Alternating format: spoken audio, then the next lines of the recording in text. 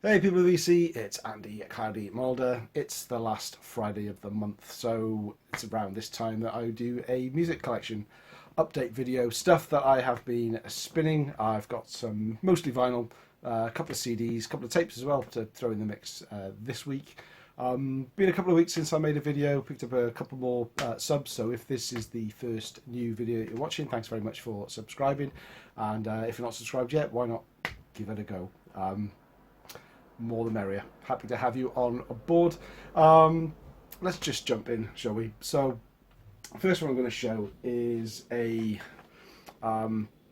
there's a few bands in this genre. So this is new wave of traditional heavy metal, and I'm really beginning to get fed up with that term because I say it a lot, but it's just traditional heavy metal played the traditional way by bands that like traditional heavy metal. Sure, there's nothing particularly new or groundbreaking with it, but I don't care. I love it, and I'm going to continue to buy it and listen to it because it makes me feel happy, and that's what music's all about, right? So this band is a British. No, I refuse to say it. It's a British metal band, traditional metal band, and this is their third album, and this is Neuronspoiler. Lots of glare. So these guys are from London, I think, and their first album was a self-released. Where have you gone?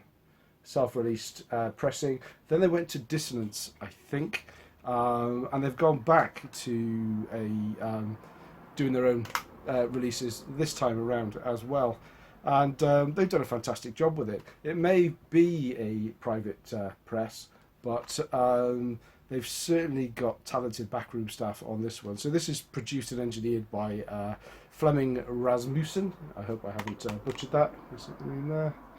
So that's the guy that's responsible for a lot of the Metallica albums and really good heavy metal pedigree, and also by mixed and mastered by Charlie Bauerfiend as well, who has a pretty good CV on him as well. There are 10 songs on here. It's really it's good. It's there's not a bad song on here. An Eye for an Eye, Hiding in Plain Sight, Rock and Roll Redemption, Craving the Night. I have been spinning this a lot, and to support the British bands, I also picked up the cassette version. It's not out on vinyl, so I haven't got that for such, but I've kept that one sealed because I don't need to play it with the CD in tow. But do check out Neuronspoiler, absolutely fantastic British metal band. Second album I've got is this is one of the ones I picked up of my High Roller Records haul a month or so back, and I've been digesting them album by album, and you'll see a few of those in updates across the next few months, really, as I really kind of get to grips with them. But this is Outlaw and Marauders. Again, modern traditional heavy metal band done the right way. Just fantastic sounding metal. This release was 2018. It's on High Roller Records. The cover always reminds me of like a Samson cover with Thunderstick on the front. Very reminiscent of that. As I say, yeah, excellent sounding album. Really good songs. Sort of medium paced heavy metal played the way it should be, and typical High Roller Records high class production. So that's what your band looks like. All the songs and lyrics are written by this guy here, Lee Angel, in the middle. He's the powerhouse behind the band. And we have lyrics. And this one is, I didn't realise when I ordered it. Usually I order black vinyl on High Roller just because it's €1 or €2, but they obviously didn't have it, and I got myself an orange one, which is very, very nice. Doesn't look quite as bright as it does on camera, but sounds absolutely fantastic, and that's what you always should expect with a High Roller Records release. Next up, one of contenders for album of the year. You have seen my my fellow Contacted Blood guys. I think they've probably all shown this one already. We had James McBain, who's the maestro behind this band, one man blackened speed metal band, and that's Hellripper, and their 2020 release, Affair of the Poisons, only came out this month, I think, or end of September, start of October, on Peaceful Records. And again, Peaceful Records have done an absolutely fantastic job. I love them at the matte finish of this cover. The artwork is fantastic. I love this the moment I played it. But last week was the first time I actually sat down with the lyric sheet and read through the lyrics as he was singing them. And the songs are absolutely superbly crafted. It is harsh vocals, but it really suits the style of the music here. There's a picture of James there. A release I think he's going to be really proud of. I saw on he's doing a competition on his Facebook group because he's just had 1 million streams of it on Spotify already, which I think is phenomenal considering he's a guy that's just really starting out. He has a handful of releases to his name already, but this really kind of puts Hellripper and James McBain on the map. Absolutely fantastic stuff, and the lyrics are well worth the read as well. Not lyrics for those of pure of heart and mind, shall we say. The lyrics are very much about occult and witchcraft and all that kind of thing. Horror stories, but killer stuff. Nice weighty vinyl as well. Oh, there's your label. And again, I like to support British metal bands and their releases, so I did also pick up. I felt a bit guilty because I picked up the album off Amazon originally, and I wanted to support James a bit more directly, so I did order the CD and the cassette. My only disappointment about these was I wanted the cassette to come sealed, so like the Neuronspoiler, I could just stick it in my tape drawer and have it as a bit of a keepsake. But as it is, it didn't. But the CD came sealed, so I think I'm probably going to keep the CD sealed. Usually when I buy CDs, the first thing I do is rip them and stick them on my portable player. But having bought them on Bandcamp, I have the FLAC files downloaded anyway, so there's no need for me to really play this one. So I'll keep this sealed for a while, although Darcy has teased me to say that the inner book and everything is absolutely superb, so I am kind of tempted to open it up, but not today. We'll wait another day for that to happen. But yes, Hellripper, Affairs of the Poisons, a must listen to for 2020. We're going to go back to that High Roller haul. There's only a couple in here from that. I'm not going to make it that video again, but a band that's was a blind buy, and this is Anguish, Under the Influence. This is from 2018, and this is on Sacrilege Records, and it's a US pressing. So Anguish are a 3-piece. There we go. I can't see my phone with this. Going back to use my phone again. I prefer the quality of the picture and the sound, I think. Or let me know if you prefer want to do the other angle with the webcam. Interesting to know. Yeah, a 3-piece metal band from where are these guys from? I can't remember now. Detroit, I think it was. Yes, Detroit.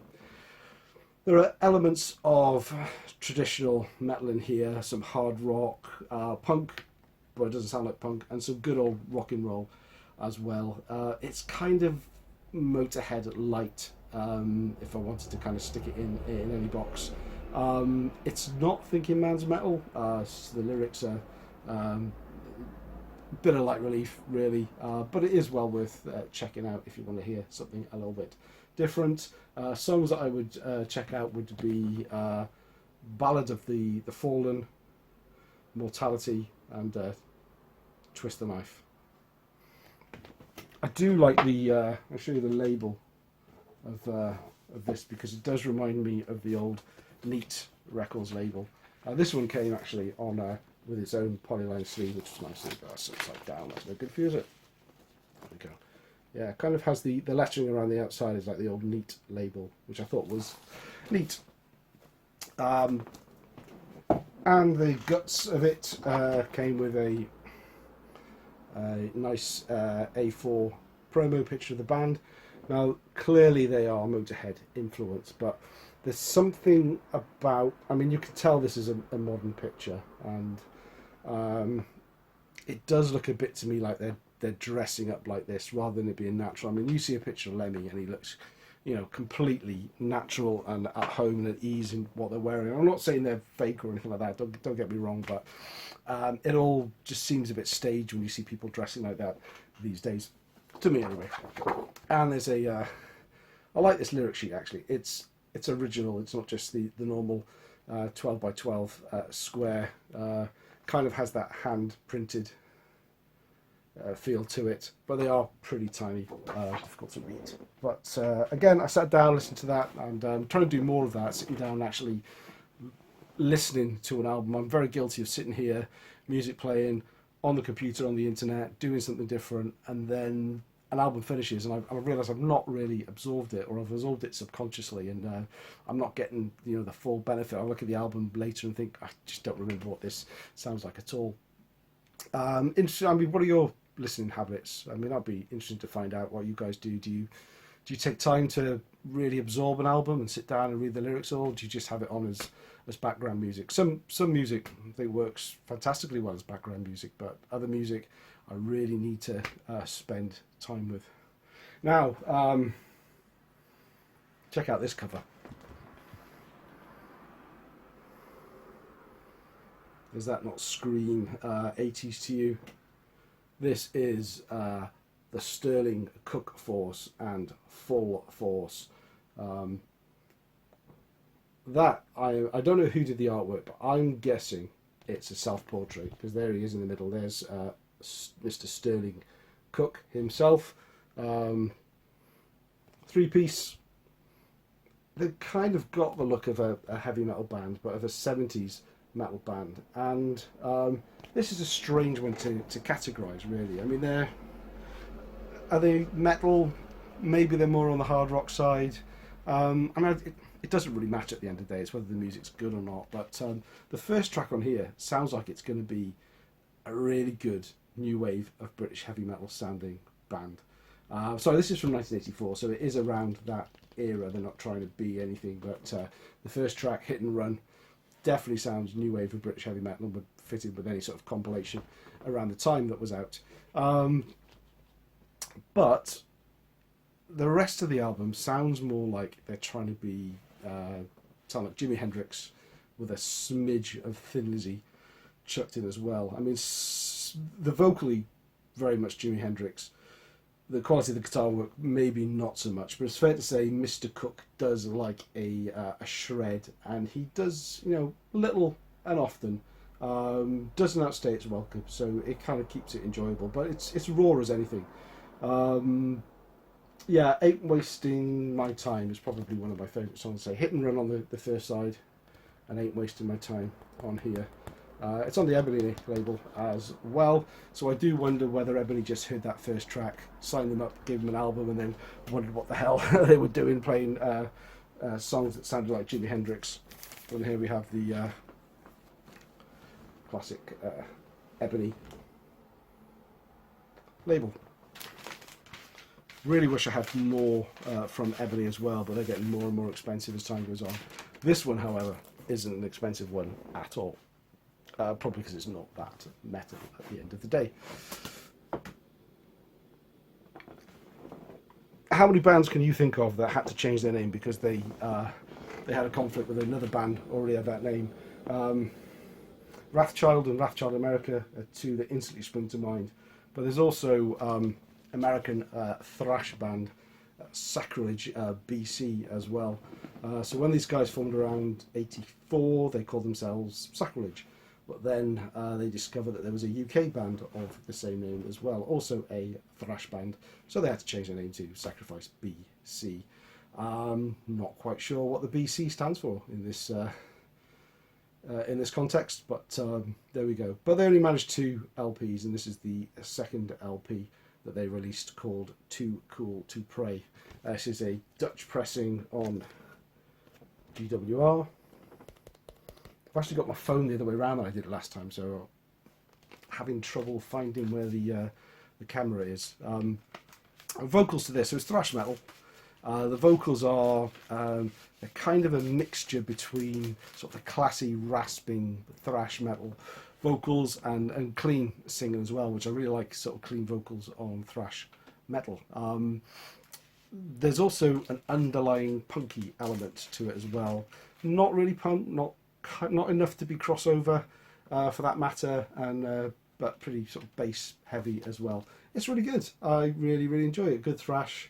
If you're looking for something new but also familiar as well.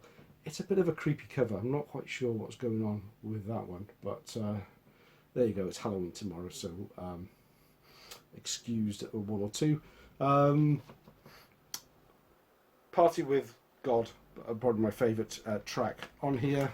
Nothing fantastic, just the standard GWR label. And yeah, they're, I want to say they're like a cleaner version of Nuclear Assault. Again, worth checking out. Sacrilege BC. Too Cool to Pray. Really warm in here. It's freezing cold outside and got the heating blaring on, and I'm stuck in the room with the boiler. So there we go. So let's move on. Let's someone else who's obviously feeling the heat is Lee Aaron. Doesn't she look hot there? And I don't mean, you know, hot as in stunning, but you know, obviously perspiring a bit, so she's clearly feeling the heat like I am at the moment. I picked this up because I've heard lots of people show kind of Lee Aaron albums. I know this isn't one of her better ones, so this is the 1986 release. It's a UK pressing on Attic, kind of no frills, melodic hard rock, melodic hard and heavy. It's pop metal, that's what I call it. I mean, whether you want to call bands hair metal or glam metal, I've never particularly liked hair metal, and glam metal, that was the 70s for me. But, you know, it was meant to be popular music, so I kind of call it pop metal, and I know some people are going to hate that because they say it's not pop, but pop's just popular music, isn't it? And there was a, you know, the whole hair metal sort of movement towards the end of the 80s was popular. So pop metal to me, like it all and bit. Never tempted to check out Lee Aaron in the 80s. I got what I needed from the metal music magazine posters, but it just isn't my type of music. I've given it a go here. It's a little bit too melodic for my taste, but her vocals absolutely fantastic. Really strong, powerful voice that I hadn't appreciated back then. In fact, I like her voice so much more than I like the music on this album. Rock Me All Over actually she sounds a bit like a Doro clone on that one. And the other song I like on here is Barely Holding On, which is, it's slower, but it's probably one of the heavier songs on the album. So if she had a sort of proper metal band and metal sound behind her, I think she would have been a lot more appealing to me then and even now. Not in a rush to pick up any more Lee Aaron, I have to say. That's the Attic UK label. Now, how about this for another great cover? Again, we're talking pop metal, hair metal, whatever you want to call it. But this is even earlier. This is 1985. This is before, sort of, I guess, the MTV kick really came in. So this is Spellbound and Rockin' Restless from 1985 on Sonic, a UK pressing. There's the boys. And they are all boys. They're from Sweden. Not just Europe were the only guys that had lots of hair before the classic Swedish death metal kind of eclipsed anything else that had come from the metal home in Sweden.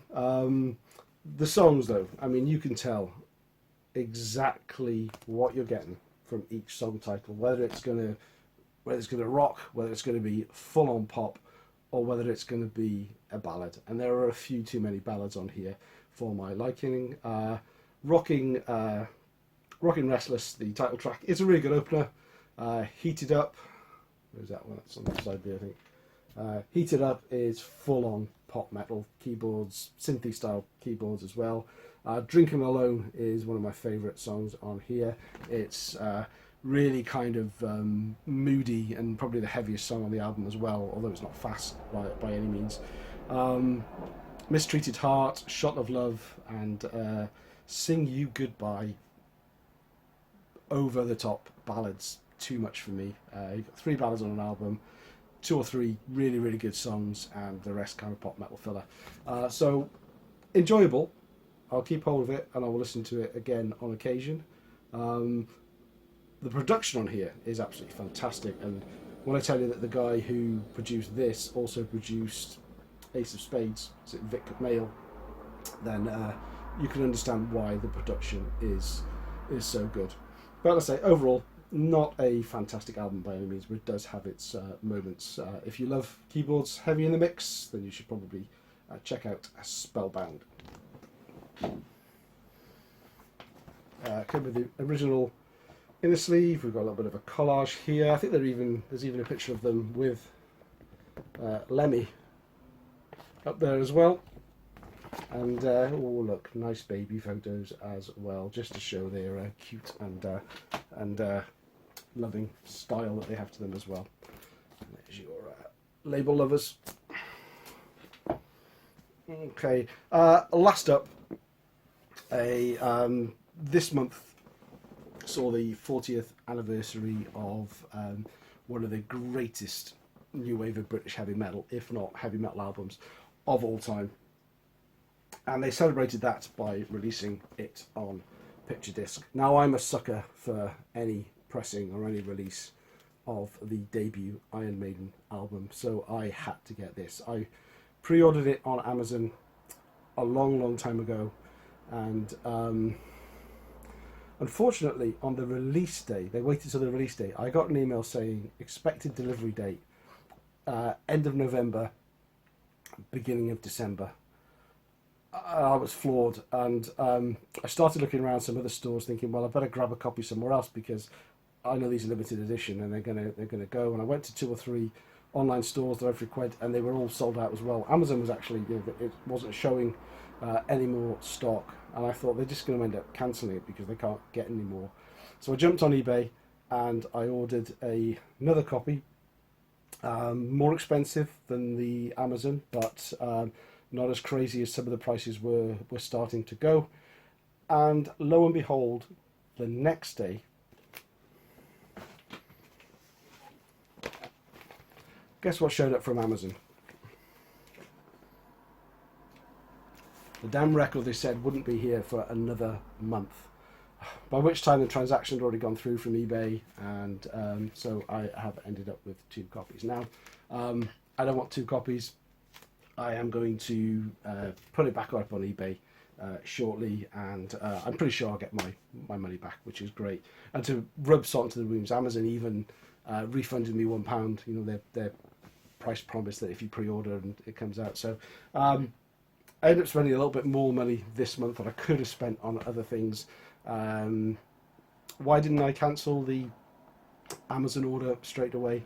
I don't know. I thought I had time. They said it would be 3 weeks before they actually sent it to me, so I figured I would wait till the other one came and just delete it from Amazon, because if the eBay one had arrived and it had been damaged and I had to send it back, I may not have had the opportunity to, it was a safety net, and it kind of backfired a little bit. But there we go. Trials and tribulations of a record collector. Oh, I haven't really talked about it much. I haven't talked about it much because the classic VC video line is, everybody knows this one.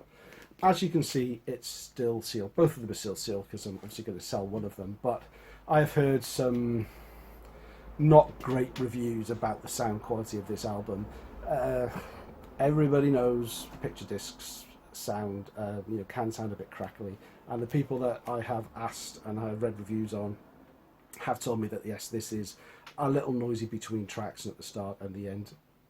I've got 4 or 5 copies of this in different pressings, so I'm not in a rush to hear it as such, but I really wanted a copy. The collector in me really wanted a copy, so I'm going to keep it sealed for now. The only thing I can see, I mean, the back is pretty classic back cover. It's got the UK track listing, which is good. It doesn't have Sanctuary on it, which would have annoyed me. And the only thing, and this is a minor irritation, is they've cut his hair off here.